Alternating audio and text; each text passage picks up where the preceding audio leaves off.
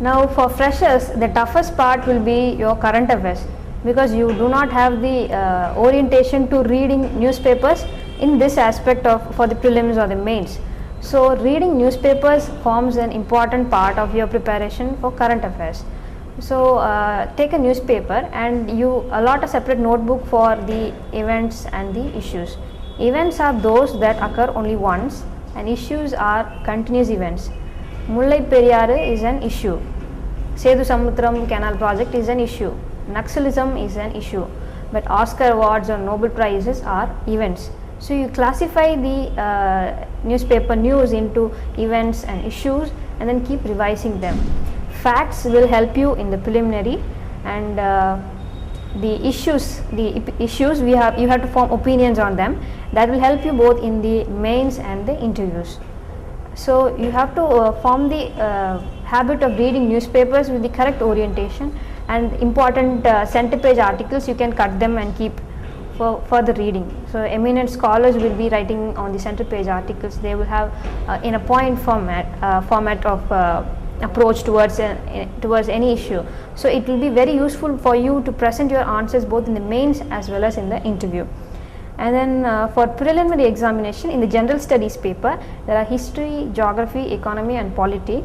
For these 4 areas, we can concentrate from the NCERT books, and for economy and polity, books by special edition books by Pratyogita Darpan are very good, especially the MCQs at the back of the book are very useful. And then one grossly neglected part in the general studies paper, both in the prelims and mains, is the general mental ability part. In the prelims it is the ability questions, and in the mains it is the statistics part.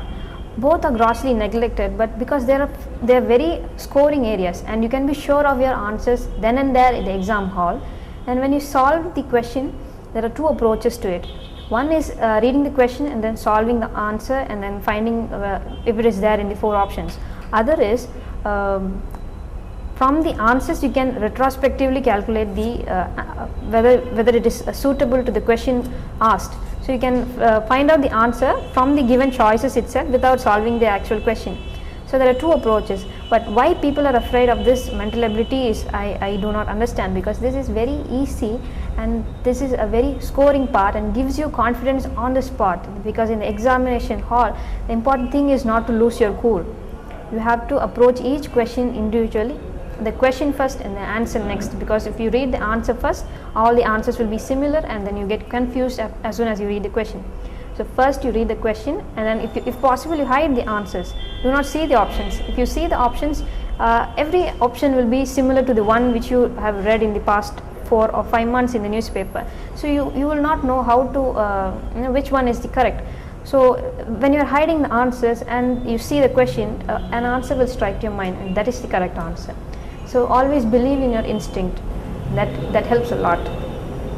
And then for statistics in mains examination, please go through the previous year question papers, and though the pattern keeps changing, it gives you a general idea of what are the kinds of questions asked. There are statement types of questions, whether you have when you have to comment on whether it is true or false, and a simple true or false will not suffice. In this case also you have to they have to give an explanation, and why this is false, why this is not possible, like kinds like that. And for the mains paper, 2 mark questions, you do not leave out any questions. You please attempt all the questions.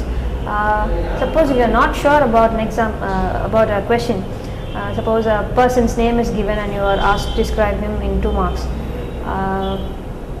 you can write him as a freedom fighter. There is no mistake in our giving answer as freedom fighter. He might certainly be a freedom fighter. He might have participated in any national movement, or he might not be so. But why do you take that chance of getting that half a mark or 1 mark or 2? So do not leave any question completely. And then another thing is, you keep the flow of the question paper as such. Start with the first question and then end with the final question. If you are not sure about any 2 or 3 questions in a section, keep that section as a whole at the back of your paper. Complete others in the same streamline your answers, so that the evaluating person does not get irritated by seeing a geography question in a history section. And for the better performance in interview, the the secret lies in your filling up the mains application form, because you are giving your whole details about your college, school, and hobbies, sports, etc., medals won. All this you are giving in your mains application form. Mains application form. So that depends. That determines how you are going to, how your questions will be in your interview.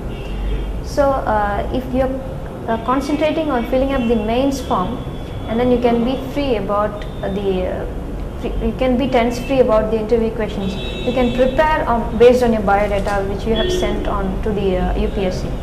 So the important areas to concentrate are your hobbies, your medals won in team sports events, the extracurriculars, your post preference, IAS first or IFS first, IPS, things like that, and then your state preference. They have newly added that, your home cadre allocation, and then home state is also important.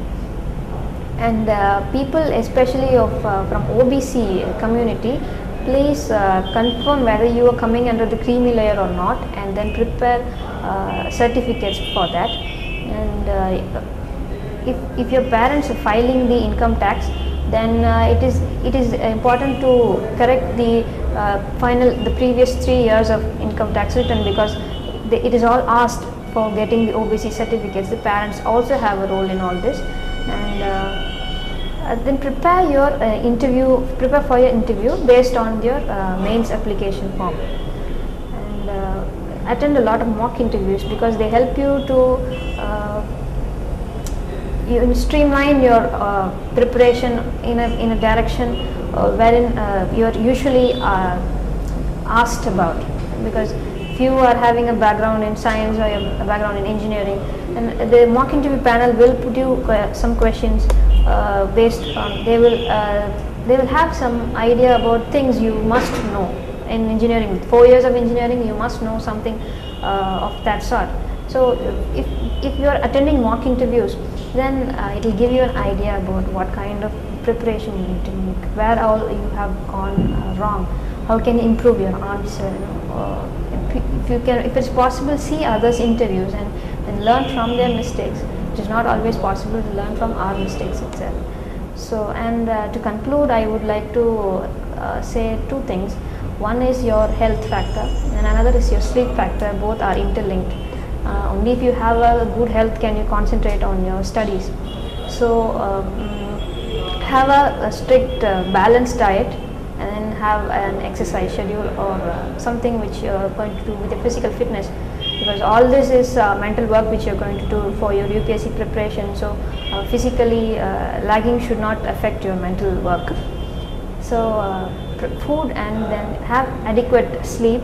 You have to decide your sleeping schedule. Do not switch your sleep patterns because somebody says that it is important or it is good if you study in the 4 o'clock or 5 o'clock in the morning. Do not change your sleep schedule, and if it is adapting to you, then it is no problem, but do not sacrifice your sleep and study.